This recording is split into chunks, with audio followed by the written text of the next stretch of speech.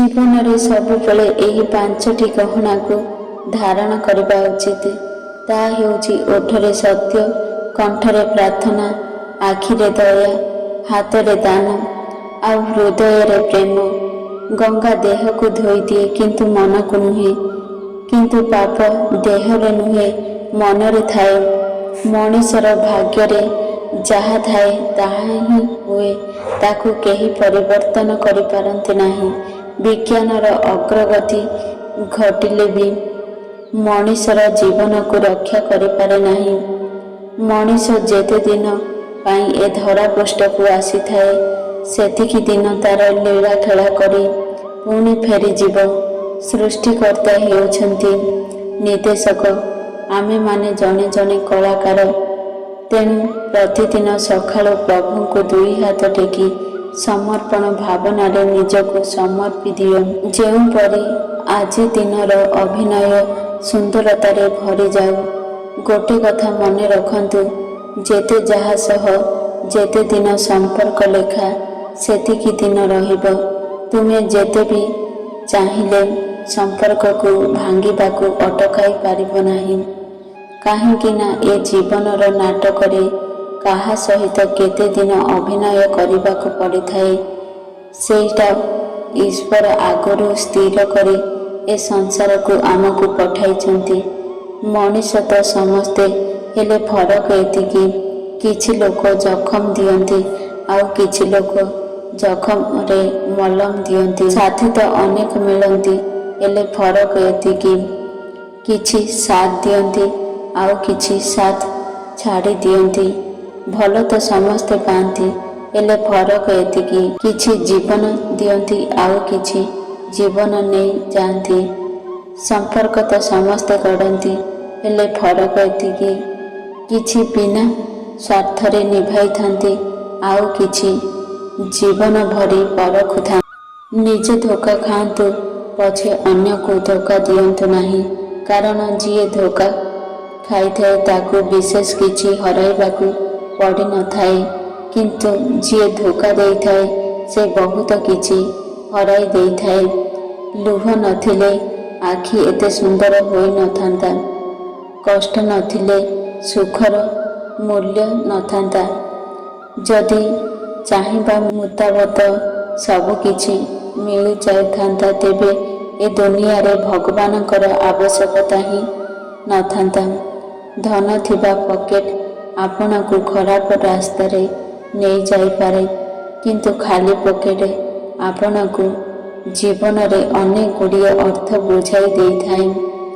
ନିଜ ସନ୍ତାନକୁ doctor, engineer, teacher ଶିକ୍ଷା ଦେବା ବଡ଼ କଥା ନୁହେଁ, ପ୍ରଥମେ ନିଜ ସନ୍ତାନକୁ ଭଲ ସଂସ୍କାର ଦେବା ବଡ଼ କଥା ହୋଇଥାଏ।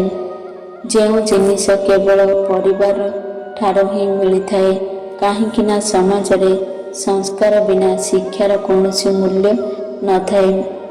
ସବୁବେଳେ ମନେ ରଖନ୍ତୁ ଯେ ମନର ଯନ୍ତ୍ରଣା ଶରୀରର ଯନ୍ତ୍ରଣା ଠାରୁ ଅଧିକ କଷ୍ଟଦାୟକ। ସେଥିପାଇଁ କେବେ କାହାର ମନକୁ କଷ୍ଟ ଦିଅ ନାହିଁ। ରାବଣ ଯେତେବେଳେ ମୃତ୍ୟୁ ଶଯ୍ୟାରେ ଥିଲା ସେ ରାମକୁ ଗୋଟିଏ ଭଲ କଥା କହିଥିଲା କି, ମୁଁ ସବୁ କଥାରେ ବଡ଼ ଅଟେ, ବୟସରେ ବି, ବୁଦ୍ଧିରେ ବି, ବଳରେ ବି, ମୋର କୁଟୁମ୍ବରେ ବି ତୁମଠାରୁ ବଡ଼ ଅଟେ। ମୋ ଲଙ୍କା ସୁନାର ଅଟେ, ଧନ ଦୌଲତରେ ବି ମୋ ରାଜ୍ୟ ତୁମଠାରୁ ବଡ଼ ଅଟେ। ଏହା ସବୁ ପରେ ବି ମୁଁ ହାରିଗଲି। କାହିଁକି ଜାଣିଛ?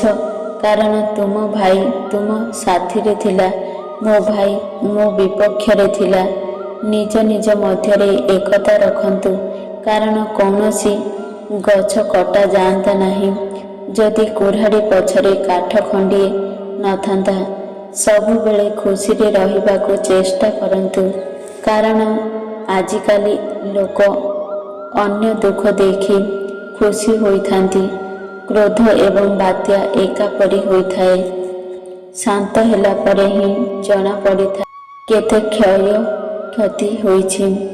ଶାସ୍ତ୍ର ଦ୍ୱାରା କହନ୍ତି, କ୍ରୋଧକୁ ଶାନ୍ତ କରିବା ନିହାତି ଜରୁରୀ, କାରଣ ଏହା ମଣିଷକୁ ପଶୁ ସ୍ତରକୁ ନେଇଯାଇଥାଏ।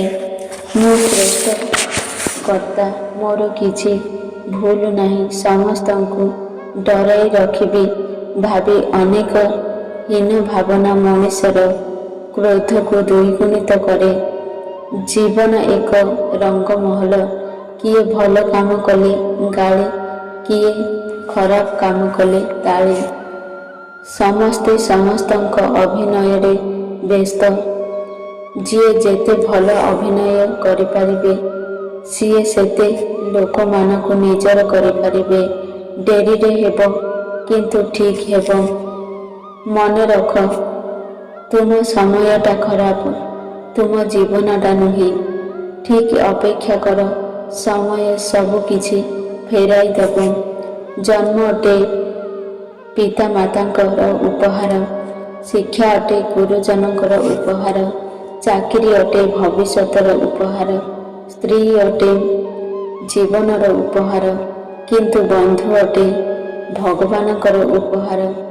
ଯେତେବେଳେ ଜଳ ଅପରିଷ୍କାର ଥାଏ ସେତେବେଳେ ଏହାକୁ ଘାଣ୍ଟନ୍ତୁ ନାହିଁ, ଏହାକୁ ସ୍ଥିର ରଖନ୍ତୁ। ଏହିଭଳି ଭାବରେ ମଇଳା ସ୍ୱୟଂ ଜଳିତ ଭାବରେ ସ୍ଥିର ହୋଇଯାଏ। ସେହିଭଳି ଯେତେବେଳେ ଜୀବନରେ ସମସ୍ୟା ଉପଜେ, ଅଶାନ୍ତ ହେବା ପରିବର୍ତ୍ତେ ଶାନ୍ତ ରୁହନ୍ତୁ ଏବଂ ସମାଧାନର ବାଟ ଚିନ୍ତା କରନ୍ତୁ।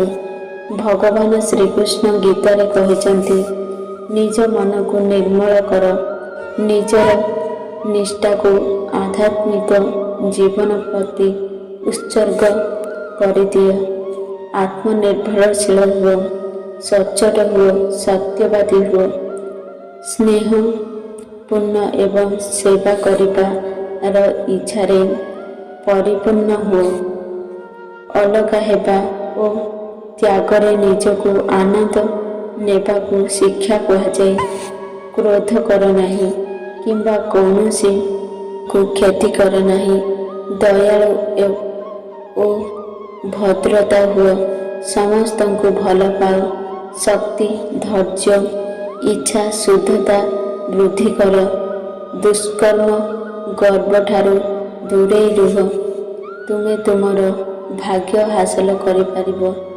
ତୁମର କାମ କରିବା ଅଧିକାର ଅଛି, କିନ୍ତୁ କାର୍ଯ୍ୟର ଫଳ ଉପରେ ନୁହେଁ। ପୁରସ୍କାର ପାଇଁ ତୁମେ କଦାପି କାର୍ଯ୍ୟରେ ନିୟୋଜିତ ହେବା ଉଚିତ ନୁହେଁ। ଜୀବନରେ ଉନ୍ନତି କଲାବେଳେ ଗୋଟିଏ କଥା ମନେ ରଖିଥିବ, ପାଦ ଖସିଗଲେ ଚଳିବ, କିନ୍ତୁ ପାଟିରୁ କଥା ଖସିଗଲେ ମରିବ। ସମ୍ବନ୍ଧ ସେହି ଆତ୍ମା ସହିତ ଯୋଡ଼ା ହୁଏ ଯାହା ସହିତ ଆମର ପୂର୍ବ ଜନ୍ମର କିଛି ସମ୍ପର୍କ ଥାଏ। ତାହା ନହେଲେ ଏ ଦୁନିଆର ଭିଡ଼ ଭିତରେ କିଏ ବା କାହାକୁ ଜାଣିଥାଏ।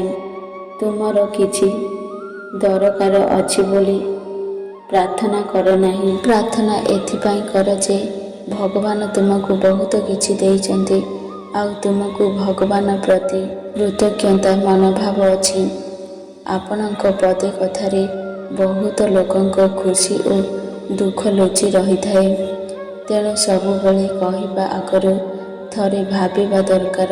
ଯେଉଁ ବ୍ୟକ୍ତି ମହିଳାଙ୍କୁ ଶୋଷଣ କରିଥାଏ ସେ ପର ଜନ୍ମରେ ଭୟାନକ ରୋଗରେ ପୀଡ଼ିତ ହୋଇଥାଏ।